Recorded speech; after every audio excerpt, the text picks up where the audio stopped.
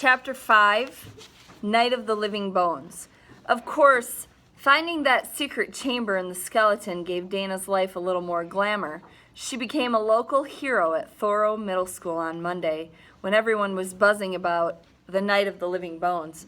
Who killed her? Kids at the lunch table wondered, and Mike Gruber acted like the chief detective on the case. We've got to get to the bottom of this. Well, Mike, it's not like there's a killer running loose around Lawrence, Dana reminded him. The girl's been dead for about 135 years.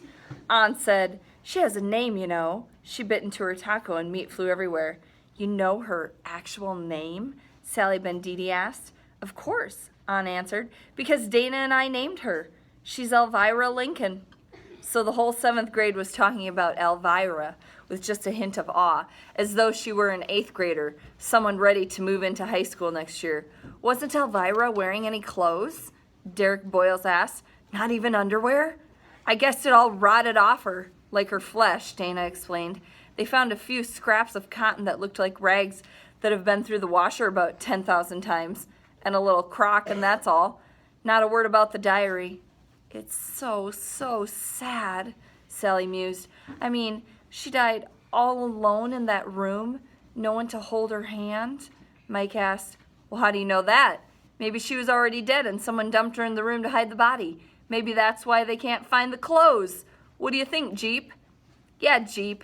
You haven't said a word about Elvira, all the kids said.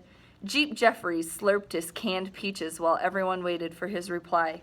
Speak to us, O prophet Jeep. We're hanging on every word. Dana thought Jeep's dark skin looked pale and dusty today. Maybe it was his new haircut. No more square afro. Now his hair was cut right up close to his scalp.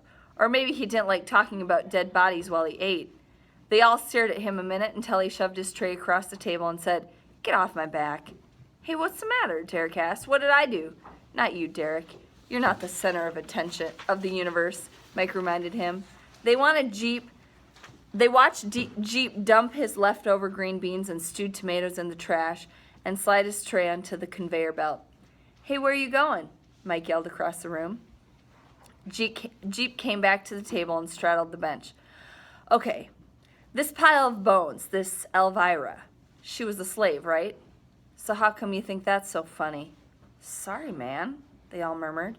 But in another minute, they were bursting with more questions about Elvira, whether she was married or dating anyone special, whether she'd been from a plantation in Georgia or Mississippi, or whether she'd run off or been chased off, whether she died in the room or been killed somewhere else and carried there. This is sick, Jeep muttered, and he went into the gym to shoot baskets. Dana didn't even tell her best friend Ann about the diary. On the night of the living bones, the police in the city hadn't cleared out until 10 o'clock, and then her parents were watching some 1930s movie downstairs, the black and white images flickering on the window opposite the TV. I'm going to bed, Dana said, forcing up a yawn. Upstairs, she locked her door and finally had a chance to look at the small black book. The title page was yellowed, but the words were written in a tight, economical script, very black and straight. Notes from the Underground, 1856 to ? By Millicent Weaver. Dana turned to page 1. April 25th, 1856. The first ones have been here. And if thou hast been with them, they are well on their way to Canada. The eyes of that puny little boy were enough to convince me that I'm doing what I must, though Mr. Weaver would rightly disapprove. In all my years of matrimony, I've not kept secrets from Caleb, but I believe I'm answering thy call. Please shelter James and Rebecca as we are sheltering the Negroes. Lord, what have we gotten ourselves into? Guys, Dana's parents were enraptured by the shades of black and white on the TV screen. Their robot arms moved from popcorn bowl to mouth. Mom, Dad. Her mother shoved the popcorn toward her in an obvious attempt to silence her. If I tell you I found something, you've got to promise to let me keep it, and you've got to promise to not act like parents. It's not a lizard or a bat or anything, is it? Oh, no, Mom. Dana grabbed the remote control and zapped the TV off. Her mother yelped, Dana, it's Bette Davis and Jezebel, and this is Dana Shannon and keeping evidence from the police. That got their attention. I found a diary in the room. As I suspected, her father said. Let me see it. Dana shook her head. It's hidden, so you can't make me give it up, yet.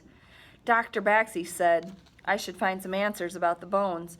I think the Journal of Millicent Weaver will help. Her mother said, Honey, it's not right to... Even if I can't solve the mystery, I'll turn the diary over to Dr. Baxi by July 1.